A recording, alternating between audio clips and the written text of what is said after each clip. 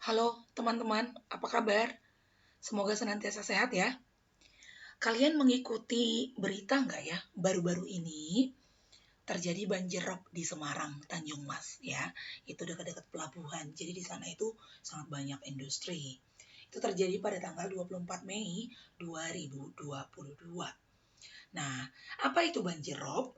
Banjir rob itu adalah banjir yang diakibatkan oleh air laut. Jadi ceritanya air laut itu mengalami pasang sehingga karena pasangnya sangat tinggi, banjirlah sampai ke daratan. Begitu. Mari kita simak dulu beritanya.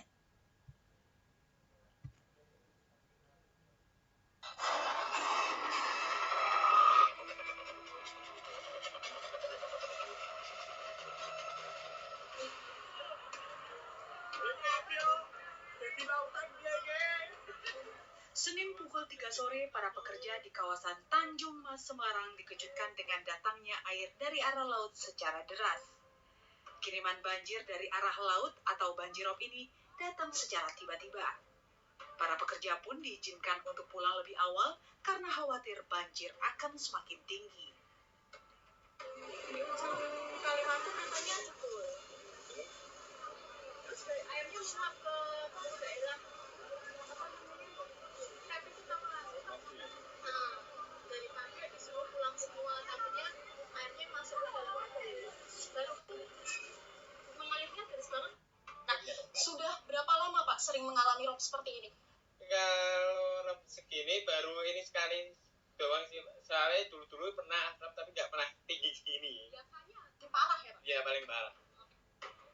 Badan Meteorologi, Klimatologi, dan Geofisika BMKG Maritim Tanjung Mas Semarang menjelaskan, dalam pemantauan yang dilakukan sejak tahun 2002, banjirop kali ini merupakan yang tertinggi dalam 20 tahun terakhir.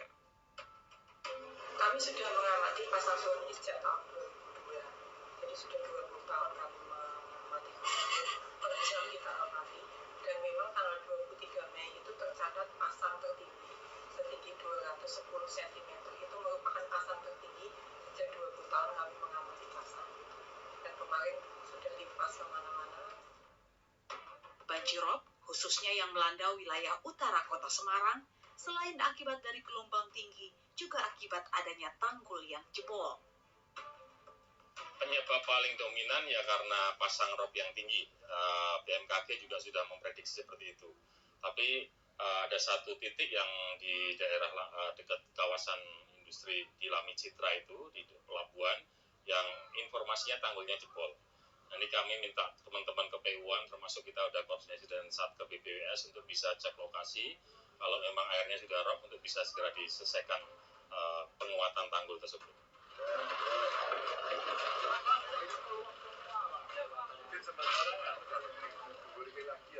Iya, karena diperkirakan ini masih akan terjadi kenaikan muka air laut. Hasil dari data BMKG beberapa hari ini kita mesti siaga, gitu ya. Kita mesti siaga, hitung-hitungannya bulan berada posisi yang cukup dekat, begitu penjelasannya.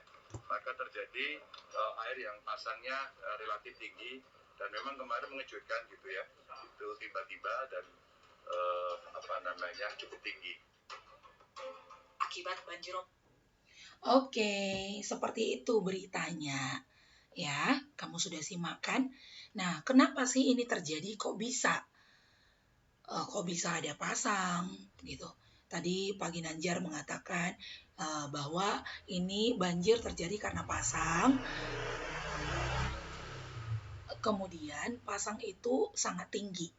Kenapa pasang itu sangat tinggi? Karena posisi bulan katanya sedang dekat dengan bumi, begitu. Jadi kenapa bisa seperti itu? Maksudnya apa? Nah, kita pelajari. Mari. Sebelum kita jauh mendalami, kamu harus tahu dulu istilah kata pasang dengan surut. Jadi kalau dibilang pasang, berarti kondisi air lautnya sedang naik, tinggi. Kemudian dibilang surut, itu ketika air laut sedang turun. Nih, visualisasinya begini. Ini kejadian nyata ya. Ini adalah kondisi air laut sedang surut. Ya. Jadi tepi laut ini terlihat kering, tak ada ombak yang menerpa. Sementara kalau yang namanya pasang seperti ini, nih lihat tuh, ombaknya sudah datang menerjang.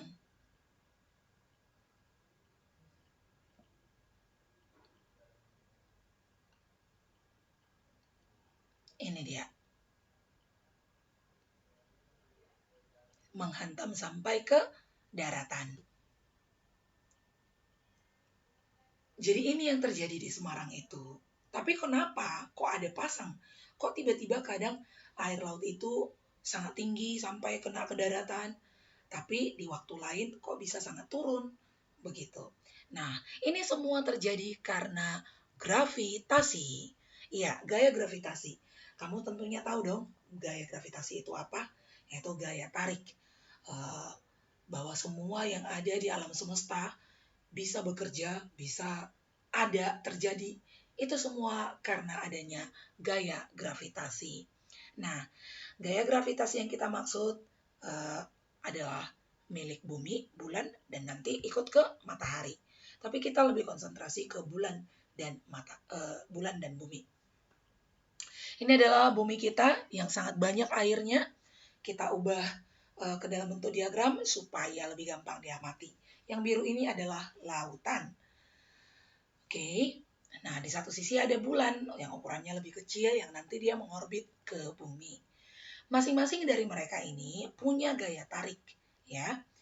Bulan akan tertarik ke arah bumi, demikian juga bumi akan tertarik ke arah bulan.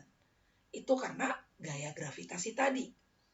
Nah, di sini kekuatannya mereka itu sama, tapi kita abaikan yang si bulannya karena kita mau mengamati air yang ada di bumi. Nah, jadi ceritanya kan bulan itu menarik si bumi. Jadi air lautnya menonjol ke sini, ngumpul di satu titik yang lebih condong ke arah bulan. Itulah yang dinamakan nanti pasang.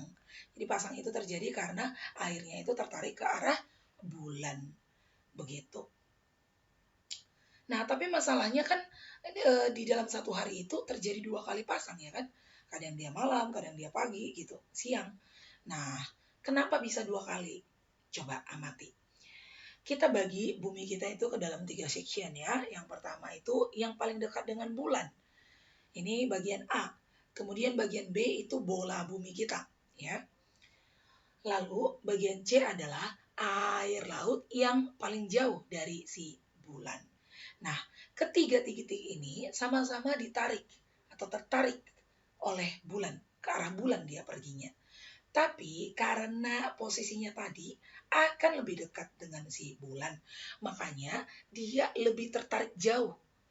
B tertarik juga tapi tidak terlalu jauh. Nah, di C tertarik juga, tapi gaya tarik si bulan itu sudah sangat lemah di C. Ya, jadi kalau kita bandingkan A terpengaruh oleh bulan lebih besar dibanding B, apalagi C. Begitu. Nah, ini yang menyebabkan terjadi pasang surut sebanyak 2 kali dalam satu hari perputaran bumi. Begitu, di rotasi ya, di porosnya. Itu kira-kira penjelasannya. Nah, coba kita lihat dalam bentuk diagram, dalam bentuk visualisasi diagram begini ya. Nah, ini teman-teman garis normal. Ini adalah lautan, ya, air laut. Nanti kamu perhatikan perubahan air lautnya. Sementara ini diagram perputaran bulan terhadap bumi, revolusi ya. Ini yang kuning ini, orange, ini adalah matahari. Titik yang agak besar ini agak kecil. Itu adalah bumi, kemudian yang paling kecil adalah bulan. Mari kita amati, kita zoom biar gampang diamati.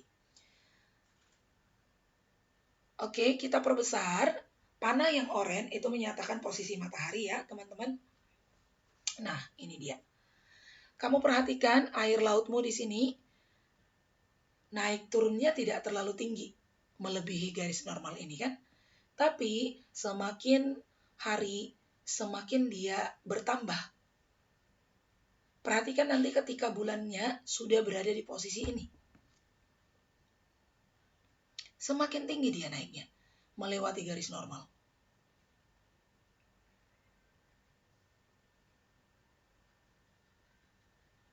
Oke. Nah, ini dia yang kita sebut dengan pasang purnama. Ya, pasang purnama berarti matahari di sebelah sini tadi ya. Ada bulan, ada bumi di sini. Bumi itu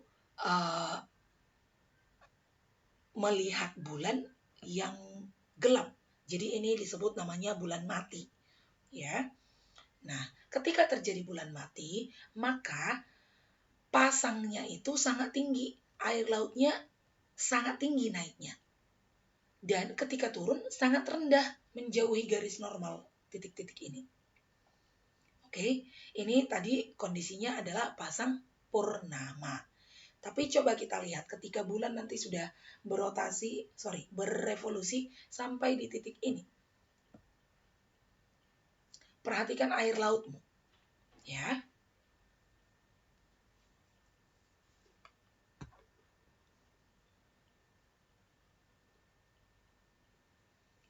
Oke, lanjut lagi revolusi si bulan terhadap bumi.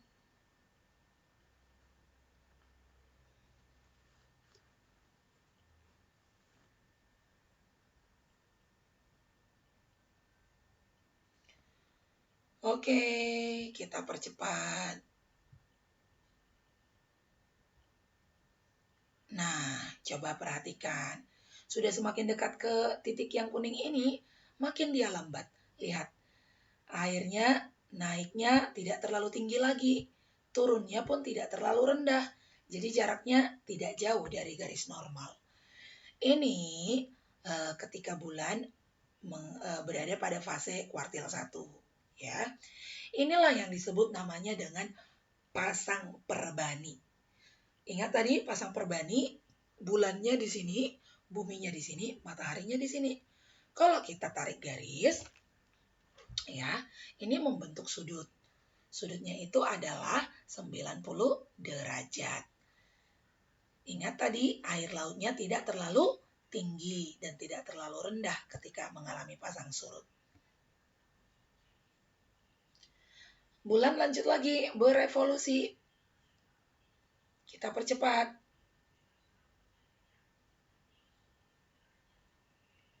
Ini sudah mulai tinggi lagi pasang surutnya, menjauhi garis normal.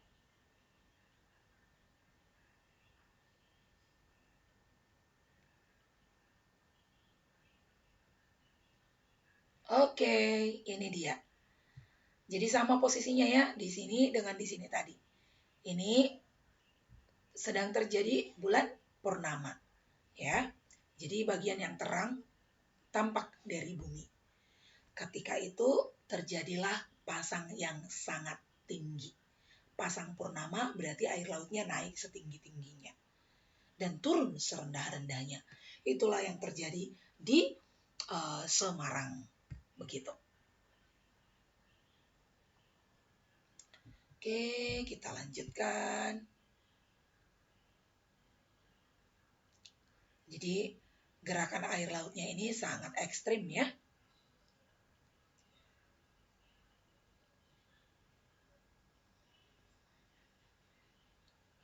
Terakhir nanti di sini, di kuartil ketiga.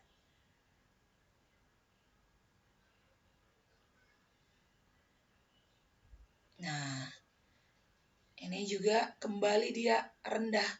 Ini tadi namanya pasang perbani. Oke, pasang perbani ketika bulan, bumi, matahari membentuk sudut 90 derajat dan air lautnya tidak terlalu ekstrim pasang surutnya. Begitu. Bisa dipahami ya teman-teman ya penjelasannya? Oke, kalau kita buat ke dalam bentuk gambar, seperti ini dia. Matahari, bulan, bumi. Matahari, bumi, bulan. Ini sama-sama garis lurus. Kalau dia sama-sama berada di satu garis lurus, maka disebutlah namanya pasang purnama. Kita tulis dulu. pasang purnama.